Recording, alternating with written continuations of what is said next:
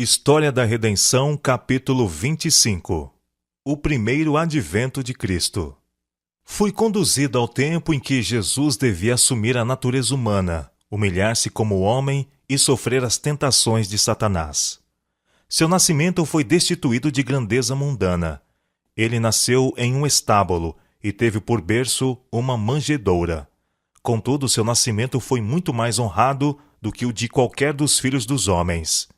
Anjos celestiais informaram os pastores do advento de Jesus, e luz e glória de Deus acompanharam seu testemunho. A hoste celestial tangeu suas harpas e glorificou a Deus. Triunfantemente anunciaram o advento do Filho de Deus ao mundo caído, a fim de cumprir a obra da redenção e trazer paz, felicidade e vida eterna ao homem mediante sua morte. Deus honrou o advento de seu Filho. Anjos o adoraram. O batismo de Jesus. Anjos de Deus pairaram sobre a cena de seu batismo.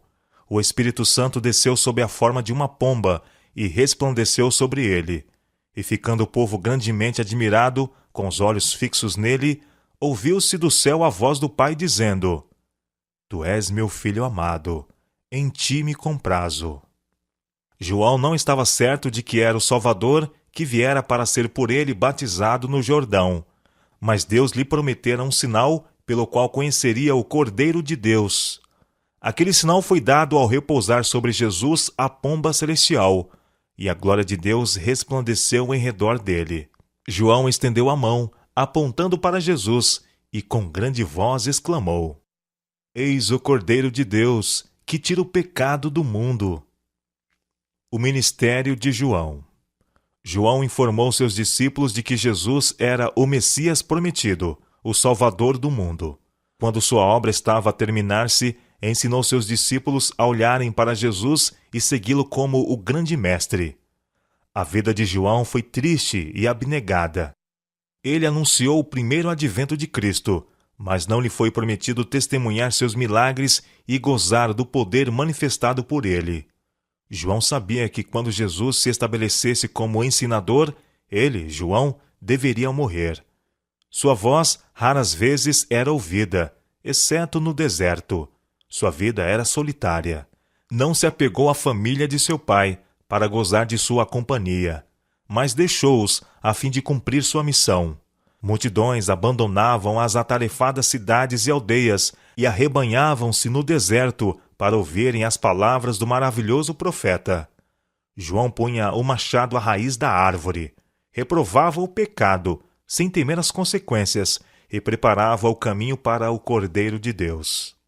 Herodes sentiu-se afetado ao ouvir os poderosos, diretos testemunhos de João e, com profundo interesse, indagou o que precisava fazer para tornar-se seu discípulo.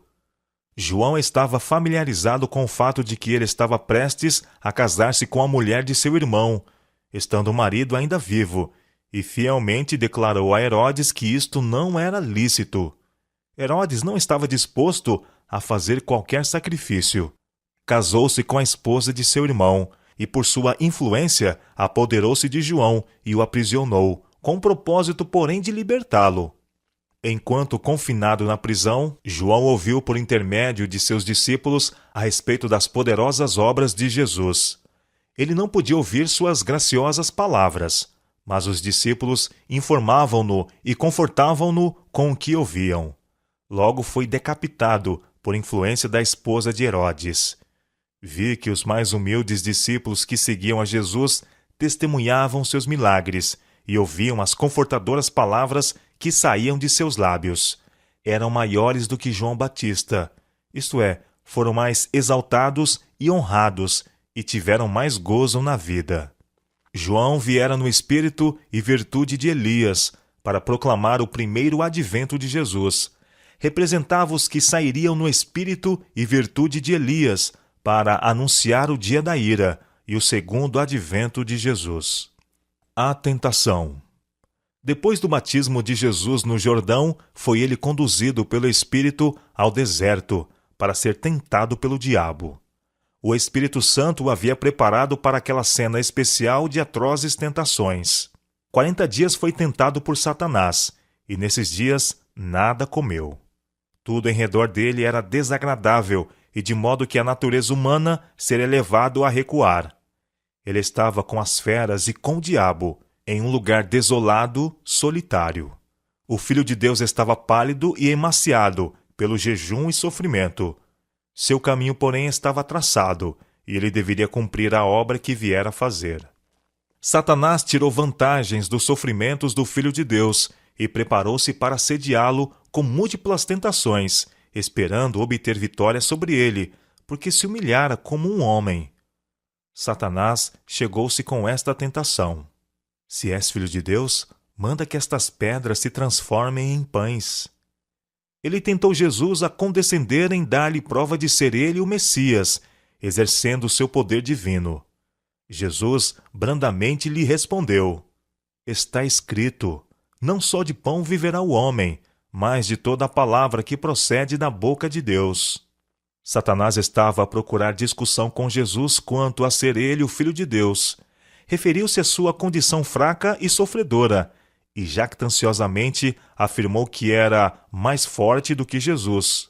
Mas a palavra, do céu falada, tu és o meu filho amado, em ti me comprazo, foi suficiente para alentar a Jesus através de todos os seus sofrimentos. Vi que Jesus nada tinha a fazer quanto a convencer Satanás acerca de seu poder ou de ser ele o Salvador do mundo. Satanás tinha prova suficiente da posição exaltada e da autoridade do Filho de Deus. Sua indisposição para render-se à autoridade de Cristo excluíra-o do céu. Satanás, para manifestar o seu poder, levou Jesus a Jerusalém e pô-lo no pináculo do templo, e ali o tentou para dar prova de que ele era o Filho de Deus, lançando-se abaixo daquela altura vertiginosa. Satanás chegou-se com as palavras da inspiração, porque está escrito: aos seus anjos ordenará a teu respeito que te guardem, e eles te sustentarão nas suas mãos para não tropeçares em alguma pedra. Jesus, respondendo, lhe disse: dito está, não tentarás o Senhor teu Deus. Satanás quis fazer Jesus vangloriar-se com a misericórdia de seu Pai e arriscar sua vida antes do cumprimento de sua missão. Ele tinha esperado que o plano da salvação fracassasse, mas este plano estava muito profundamente estabelecido para que fosse subvertido ou prejudicado por Satanás. Cristo é o exemplo para todos os cristãos. Quando eles são tentados ou são discutidos os seus direitos, deveriam suportá-lo pacientemente. Não deveriam entender que têm direito de apelar para o Senhor a fim de ostentar seu poder, para que possam alcançar vitória sobre os seus inimigos, a menos que possa Deus ser diretamente honrado e glorificado por meio disso. Se Jesus se houvesse lançado do pináculo do templo, não teria glorificado seu Pai, pois ninguém teria testemunhado o ato a não ser Satanás e os anjos de Deus, e teria sido tentar ao Senhor o ostentar seu poder ao seu pior adversário. Isso teria sido condescender com aquele a quem Jesus viera para vencer. E o diabo, levando-o a um alto monte, mostrou-lhe num momento todos os reinos do mundo. Disse-lhe o diabo: dar-te-ei toda esta autoridade e a glória destes reinos, porque ela me foi entregue, e eu a dou a quem eu quiser. Portanto, se prostrado me adorares, toda será tua. Mas Jesus lhe respondeu: vai-te, Satanás, está escrito: ao Senhor teu Deus adorarás, e só a ele darás culto. Satanás apresentou diante de Jesus os reinos do mundo, sob o mais atraente aspecto. Se Jesus o adorasse ali, oferecer-se-ia para abandonar suas pretensões a posses na terra. Se o plano da salvação fosse executado e Jesus morresse para remir o homem, sabia Satanás que seu poder deveria limitar-se e finalmente ser tirado, e que ele seria destruído.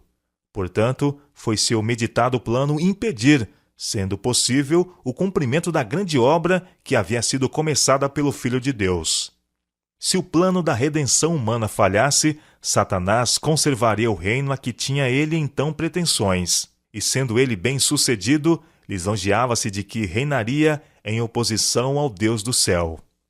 O tentador repreendido. Satanás exultou quando Jesus depôs seu poder e glória e deixou o céu. Achou que o Filho de Deus estava então posto sob o seu poder. A tentação fora tão expedita com o santo paro no Éden que ele esperou pelo seu poder e engano satânico derrotar mesmo o Filho de Deus e por este meio salvar sua própria vida e reino. Se ele pudesse tentar Jesus a afastar-se da vontade de seu Pai, seu objetivo estaria ganho. Mas Jesus defrontou o tentador com a repreensão: vai-te, Satanás. Ele deveria curvar-se unicamente ante seu Pai. Satanás pretendia, como o seu reino da terra, e insinuou a Jesus que todos os seus sofrimentos poderiam ser evitados, que não necessitava morrer para obter os reinos deste mundo. Se o adorasse, poderia ter todas as possessões da terra e a glória de reinar sobre elas. Jesus, porém, permaneceu firme. Sabia que deveria vir o tempo em que ele, pela sua própria vida, resgataria de Satanás o reino, e que depois de algum tempo, tudo no céu e na terra se lhe submeteria. Preferiu sua vida de sofrimento e sua terrível morte, como o caminho indicado pelo Pai, a fim de que pudesse tornar-se o legítimo herdeiro dos reinos da terra e tê-los entregues em suas mãos como uma posse eterna. Satanás também será entregue em suas mãos para ser destruído pela morte, para nunca mais molestar a Jesus ou aos santos na glória.